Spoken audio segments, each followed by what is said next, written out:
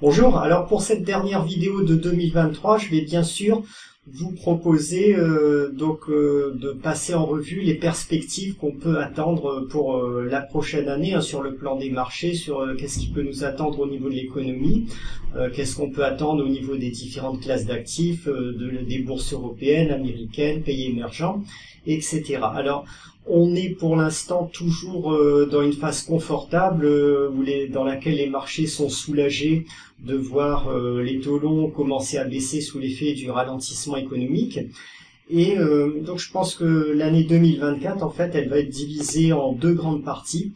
Il y aura à mon avis, une phase haussière générale qui va être juste la poursuite de ce qu'on observe en ce moment depuis le début du mois de novembre 2023.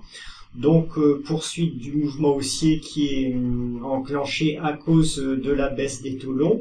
À mon avis, c'est un mouvement haussier qui va quand même perdre progressivement en dynamisme. Je pense que le plus gros, la partie la plus intense du mouvement haussier a déjà été réalisée sur les mois de novembre et décembre, mais elle pourrait se prolonger encore quelques mois sur 2024.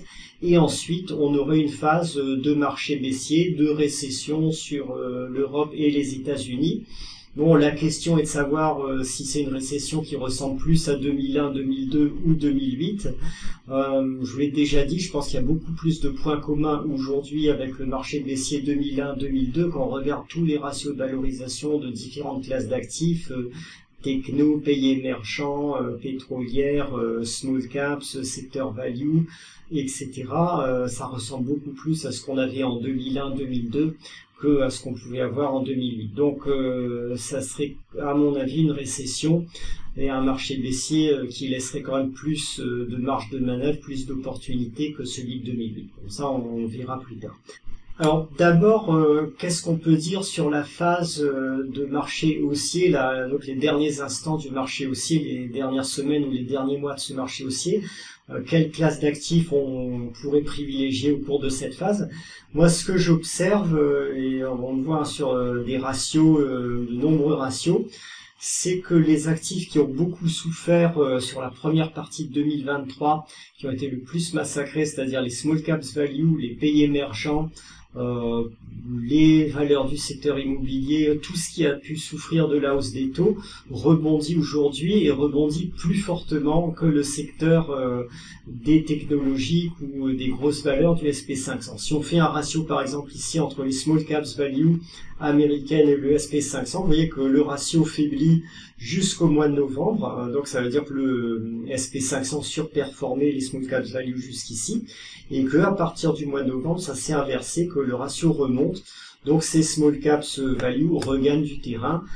Alors c'est le même phénomène sur le secteur des small caps européennes qui avaient beaucoup souffert, donc si on fait le ratio entre les small caps européennes et le SP500, tout ça sont des choses qui sont exprimées en dollars. Bon, vous voyez qu'il y a vraiment un point d'inflexion qui se produit fin octobre, début novembre, et le ratio se met à remonter. Donc on a une surperformance des small caps européennes face au SP500 depuis ce point d'inflexion, ce point bas de novembre. Sur certains trackers pays émergents, on retrouve aussi la même relation. Ici, vous avez par exemple le tracker des valeurs polonaises. Bon, les valeurs polonaises ont quand même bien performé. Vous voyez que depuis le mois d'octobre ou le mois de novembre, il y a une nette surperformance par rapport au SP500.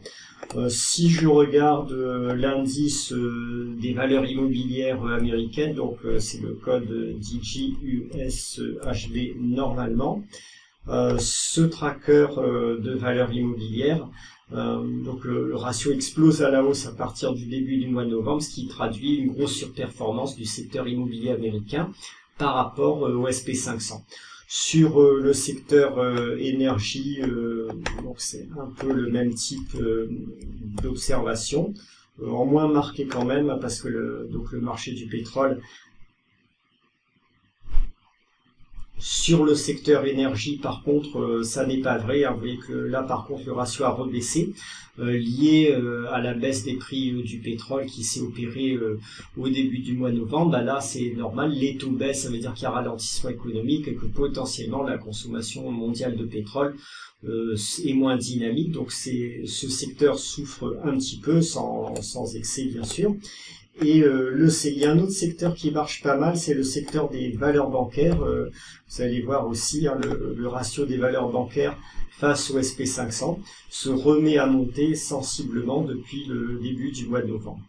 Donc voilà pour ce qu'on peut dire. Donc ça va nous donner des enseignements qu'on peut utiliser pour la phase haussière, pour la première étape du comportement des actifs. Donc je pense que les grands indices vont continuer à monter modérément pendant cette phase, début 2024.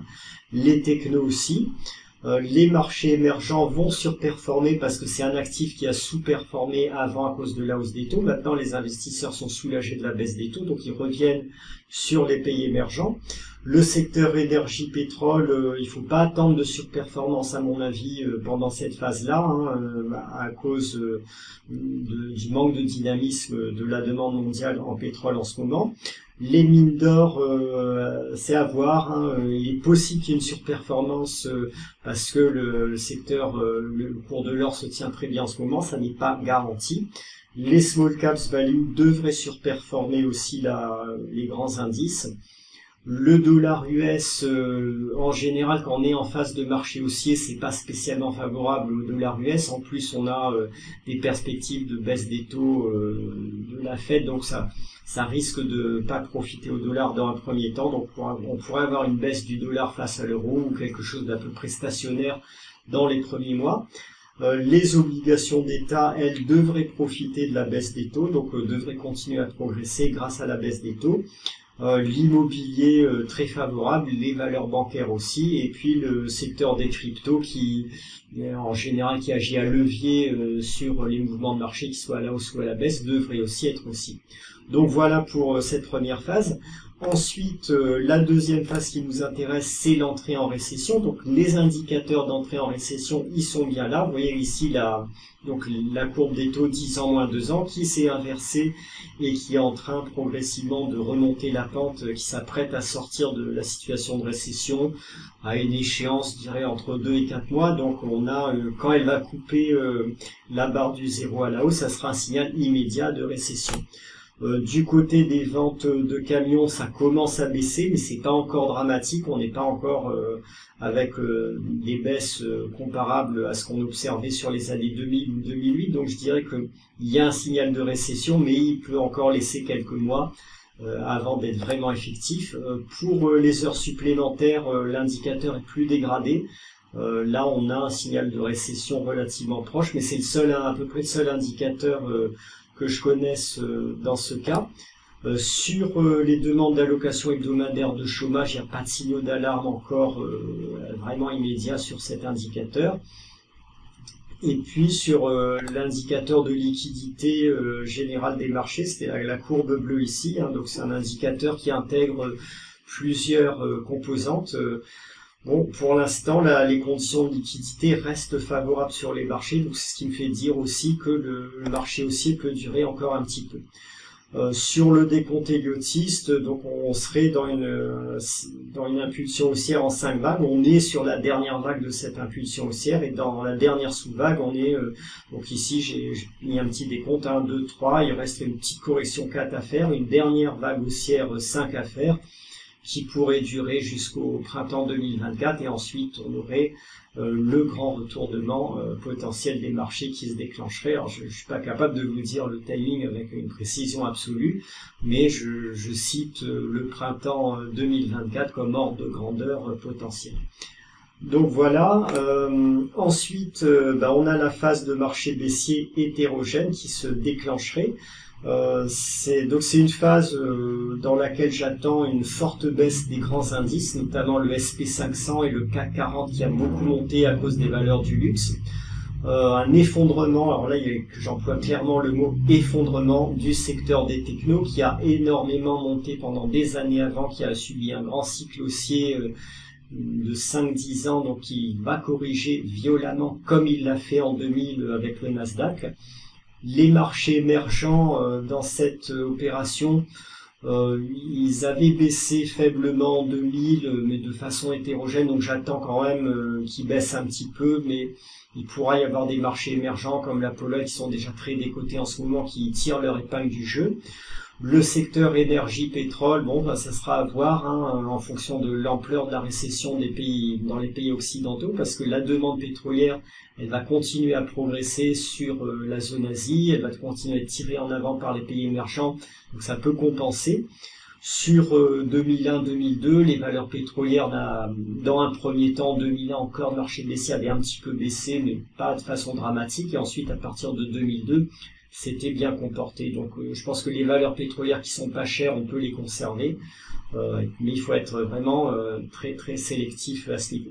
Les mines d'or peuvent être, comme en 2001-2002, un des rares secteurs de la côte qui vont monter parce qu'elles sont en bas de cycle, hein, je vous l'ai expliqué dans la vidéo précédente, donc elles ont un potentiel de hausse. Le secteur des small caps value pourrait résister aussi, il avait résisté assez bien en cœur de marché baissier en 2001. C'est très possible que là aussi ça se comporte bien, notamment les small caps value qui sont dans des pays émergents comme la Pologne, comme sur des pays plus développés d'Asie comme Singapour, des small caps japonaises qui sont pas trop corrélées à ce qui se passe en Europe et aux États-Unis. Le dollar US, là par contre, en cœur de récession au marché baissier, il devrait monter franchement. Les obligations d'État aussi américaines, on sera en pleine baisse des taux. Elles devraient tirer profit du mouvement. Les cryptos, je pense que dans ce marché baissier, les cryptos vont s'effondrer, comme elles le font à chaque marché baissier, hein, comme les technos. Et puis le secteur immobilier promoteur pourrait se retourner à la baisse temporairement à cause du contexte général de récession. Et ensuite, donc je vais vous parler de ce qui va se passer en post-récession, c'est-à-dire 2025 et au-delà. Donc, tout comme dans toute situation post-récession, les grands indices à ce moment-là, évidemment, vont rebondir. Les technos aussi, mais je pense qu'elles vont sous-performer, comme si on se réfère au modèle 2001-2002. Les technos avaient fait leur grand cycle haussier à la fin des années 90, les technos ont fait leur grand cycle haussier à la fin des années 2010 et au début des années 2020. Je pense que maintenant on va vers un cycle de sous-performance des valeurs techno qui pourrait durer de nouveau assez longtemps, 5-10 ans. Donc je pense pas que ça va être un secteur très performant après la récession de 2024. Les marchés émergents devraient largement surperformer en rebond post-récession. Le secteur énergie, pétrole, matières premières, mines d'or aussi, hein, massivement. Les small caps value aussi, là je prends toujours modèle sur la situation post-marché baissier 2001-2002. Évidemment, les obligations d'État, les taux devraient remonter, l'inflation devrait repartir à la hausse à ce moment-là, donc on peut s'attendre à ce qu'elle rebaisse, à ce qu'elle replonge. Les cryptos, j'en ai à peu près aucune idée, c'est pas vraiment mon domaine de compétence. Et puis l'immobilier, les promoteurs, je pense qu'ils pourront quand même regagner du terrain à ce moment-là parce que le plus gros de la crise aura été purgé sur le secteur. Donc voilà ce qu'on peut dire comme ligne de conduite générale. Je vais vous parler maintenant un petit peu plus en détail de ce qu'on peut attendre des pays émergents. Donc sur le secteur des pays émergents, il y a pas mal de pays qui sont en bas de cycle, donc on va regarder lesquels. Alors c'est pas les USA évidemment, c'est pas la France non plus, hein. Vous avez ici les ratios historiques. Par contre on a quelques marchés émergents, donc il y a la Turquie par exemple qui est relativement proche d'un bas de cycle. Ici, on a Singapour, c'est un marché développé d'Asie, c'est pas vraiment un marché émergent, et je le signale quand même, c'est important parce que le secteur singapourien est aussi bien en bas de cycle. La Pologne, alors évidemment, la Pologne reste tout à fait en bas de ses fourchettes de valorisation historique, ça, il n'y a pas de problème à ce niveau-là, ça n'a pas changé. Et puis, il y a quelques autres marchés. Il y a le marché israélien, par exemple, qui est bien en bas de cycle en ce moment aussi, qui est attractif. Bon, je vais développer un petit peu ce sujet-là. Vous allez sans doute me poser la question de l'Inde. Alors, l'Inde a un bon potentiel de croissance, certes, mais vous voyez que le marché indien est franchement en haut de cycle actuellement, avec un PER ajusté sur 10 ans qui dépasse les 30. Donc, on est quand même significativement cher en Inde. Sur les marchés chinois, alors là on est franchement bas de cycle aussi sur Hong Kong par exemple, mais il y a on a Xi Jinping, on a le problème de Xi Jinping, on a le problème du risque géopolitique associé à la Chine qui vient contrebalancer un peu cette situation. Donc voilà pour ces marchés émergents. Je vais détailler encore un petit peu plus le sujet, essayer de caractériser les avantages, les inconvénients de différents marchés émergents. Alors déjà j'en ai pris quelques-uns, j'en ai listé quelques-uns. Il y en a qui ne sont pas directement ou facilement accessibles au niveau action individuelle pour les investisseurs européens. Il s'agit du Vietnam, du Brésil, de la Turquie. J'ai pas trouvé de broker européen qui donne un accès facile à ces marchés pour l'instant. Le marché israélien et le marché indien ne sont accessibles que par Interactive Brokers à ma connaissance. Donc voilà, pour l'instant, un marché largement accessible par des brokers comme Saxo Bank, DeGiro ou Interactive Brokers. On a la Pologne, Hong Kong et Singapour, mais c'est à peu près tout. Donc ici, je vous ai résumé les valorisations de ces différents marchés en absolu, c'est-à-dire en termes de ratio PER ajusté sur 10 ans, en ratio capitalisation sur capitaux propres tangibles. Donc il y a pas mal de marchés qui sont quand même sur des ratios de valorisation bas. Le moins cher reste la Pologne, ensuite on a la Turquie, Hong Kong et Singapour sont bons marchés. Israël, le Brésil et le Vietnam sont relativement bons marchés avec des PER ajustés entre 10 et 15. Par contre, l'Inde, comme je vous l'ai dit, est chère. Au niveau de leur position dans le cycle, donc beaucoup de pays émergents sont en bas de cycle parce qu'on est dans un bas de cycle général sur les pays émergents. Il y a quand même cette exception du marché indien qui est franchement en haut de cycle en ce moment. Si on regarde la démographie, la situation des pyramides démographiques, alors il y a des pays qui sont dans une situation franchement favorable, c'est le Vietnam, le Brésil, la Turquie et Israël qui a à peu près le seul marché développé que je connaisse, le seul pays vraiment riche que je connaisse qui a une pyramide des âges en pleine croissance. Donc c'est une exception dans le monde des pays développés, ce pays, donc le pays Israël. Pour les autres, donc l'Inde est dans une position assez favorable, mais c'est une pyramide où il y a encore des classes jeunes très élevées, donc ça crée quand même une charge assez importante. Hong Kong très défavorable à cause d'une population fortement vieillissante et Pologne et Singapour assez défavorables, avec là aussi une population vieillissante, mais moins que pour Hong Kong. Donc le potentiel de croissance, j'ai mis réduit sur Hong Kong à cause de la démographie. Pologne moyen, mais il y a le potentiel de reconstruction de l'Ukraine qui peut compenser quand même pas mal le manque de démographie. Singapour aussi, il y a une population vieillissante, mais tout autour, il y a le monde émergent d'Asie qui donne de bons relais de croissance à l'export, et tous les autres pays qui sont ici élevés à cause de leur dynamique interne, dynamique démographique, dynamique de croissance interne. Après, le potentiel des pays au niveau des paramètres sociaux, donc je vous en ai mis quelques-uns. D'abord le QI moyen, le potentiel du système scolaire, donc là le potentiel humain du pays. Donc il y a des pays où j'ai mis optimal, donc Pologne, Hong Kong, Singapour. On a à la fois un QI moyen et des résultats en sortie de système scolaire qui sont très largement supérieurs à la moyenne mondiale. Donc ça donne un bon potentiel d'innovation et une bonne élite.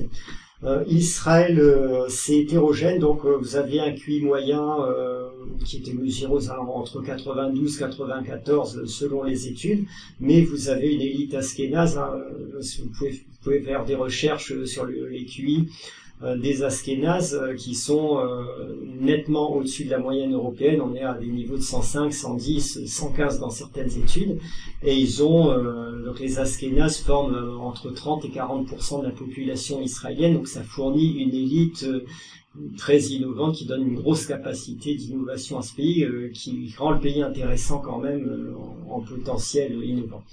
Ensuite, les autres pays, donc Turquie, Brésil, on est moyen, mais c'est les derniers résultats aux enquêtes PISA de la Turquie sont en progression, et c'est assez à noter parce que de nombreux pays européens régressent sur les résultats de sortie de système scolaire aux enquêtes PISA, et la Turquie est quand même en progression.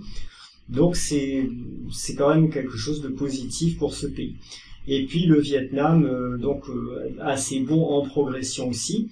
L'Inde, si vous regardez les études de QI moyen, elles sont assez anciennes, elles datent du début des années 2000, on était encore bas à l'époque, on était aux environs de 80-85.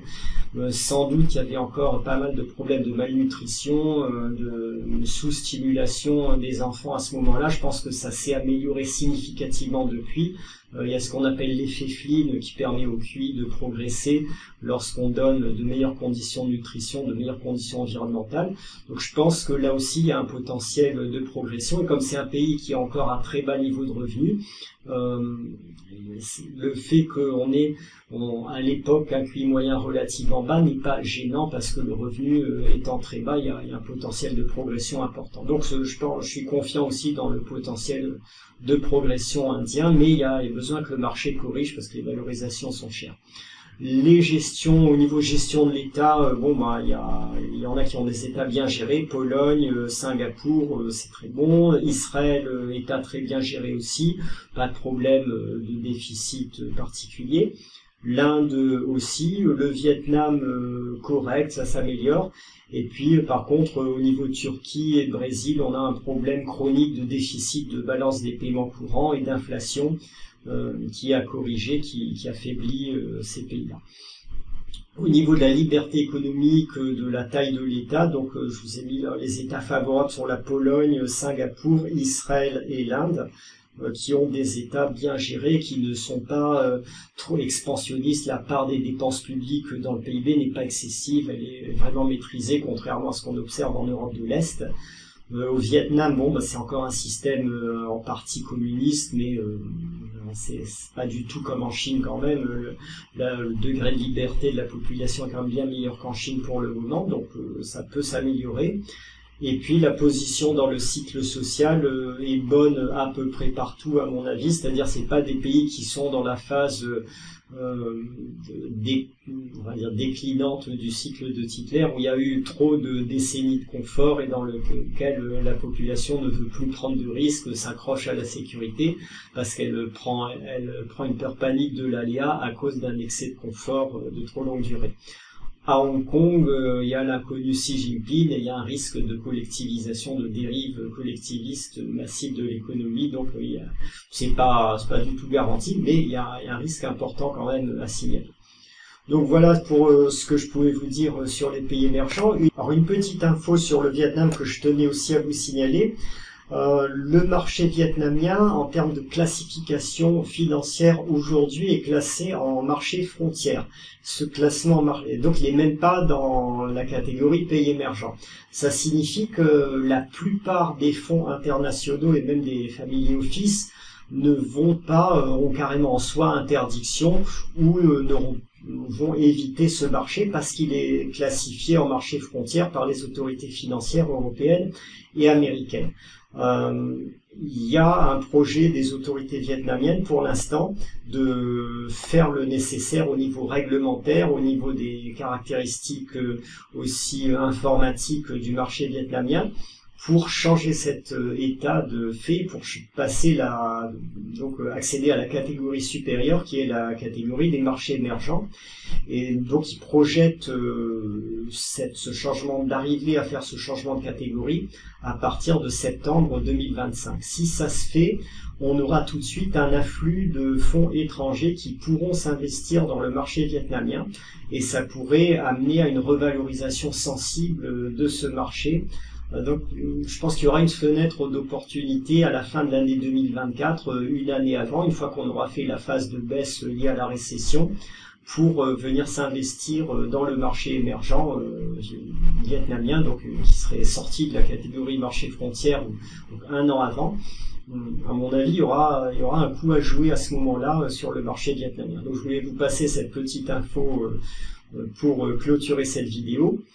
Donc voilà pour les tendances essentielles que je vois pour 2024, que je vais suivre avec attention pour 2024. Je vous souhaite bien sûr de passer d'excellentes fêtes de fin d'année et je vous retrouverai en début d'année prochaine. Alors déjà pour les premiers mois de l'année prochaine, je vais préparer les dossiers bonus de sélection de valeurs d'idées pour 2024 sur les 3 lettres que je propose en abonnement, c'est-à-dire la lettre booster votre PEA, la lettre dividende et rendement et la lettre anti-effondrement. Donc les abonnés au club des investisseurs auront les 3 dossiers. J'ai envie de les publier avec pas tous en même temps, mais à un mois d'intervalle, donc un en janvier, un en février, un en mars, pour éviter les recoupements, pour qu'il y ait plus d'opportunités disponibles. Et donc, les abonnés à chacune des lettres auront un dossier bonus idée d'investissement pour l'année 2024. Tous l'auront de façon garantie à la fin du mois de mars.